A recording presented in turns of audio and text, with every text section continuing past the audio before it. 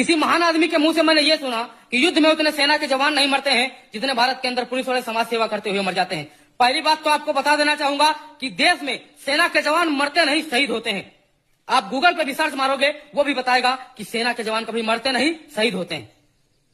अरे मानता हूं खुद से कोई भाषण नहीं दे पाते हो, स्क्रिप्टेड बोलते हो, लेकिन जो स्क्रिप्ट लिखता है उससे बोलो कि कुछ सही लिखे। ऐसा ना लिखे कि इस देश का अपमान हो और इस देश की सेना का अपमान हो।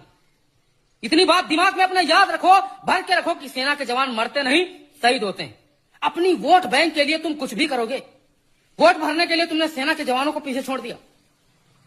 यह बात याद रखना कि सेना के जवान सर्वोपरि है, सर्वश्रेष्ठ है, इस देश की मजबूती है, इस देश का आधार है।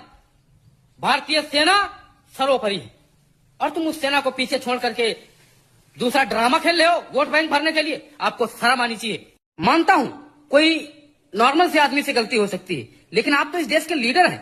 आपको तो शर्म आनी चाहिए बोलने से पहले कि देश में सेना के जवान मरते हैं।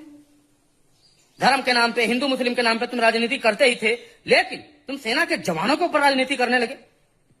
शर्म नहीं आती बोलने से पहले?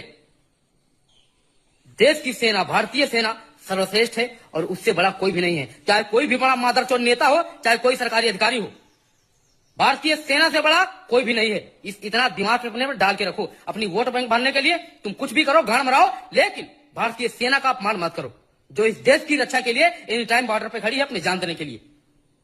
सेना के जवानों का अपमान मत करो। तुम कुछ भी करो, गाड़ मराओ, हमसे मतलब नहीं।